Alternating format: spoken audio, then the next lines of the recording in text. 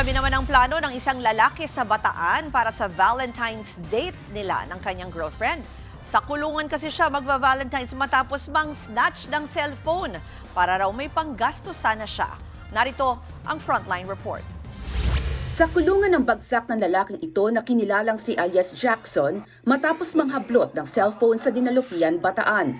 Kwento ng biktimang si Lovie, naglalakad siya pauwi nang makasalubong niya ang sospek at agawin nito ang kanyang cellphone. May dumaan po kasing kotse nun eh, bumilis yung lakay niya, tapos bigla na pong nahablot yung cellphone ko, tumakbo na. Doon ko na po ninahabol. Nagtago pa raw si Jackson sa masukal na bahagi ng tabing kalsada, dala ang tinangay na cellphone. Tiyempo namang dumating sa lugar ang ka-live-in ni Lovie na si Hero.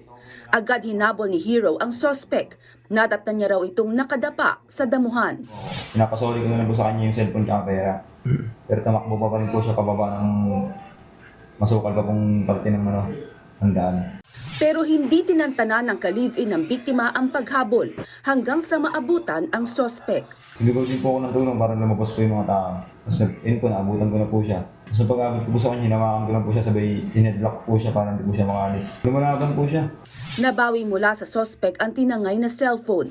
Nagawa lang daw niya ang pagnanakaw para may panggasto siya sa date sa Valentine's. Hindi po sa girlfriend kasi hindi ko pong bulak.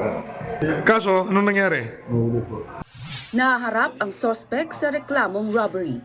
Nagbabalita mula sa Frontline, Naomi Dayrit, News 5. Mga kapatid, Ruth Cabalco, para sa mabilis na pasada ng mga balitang dapat niyong malaman, mag-follow at mag-subscribe sa social media pages ng News 5.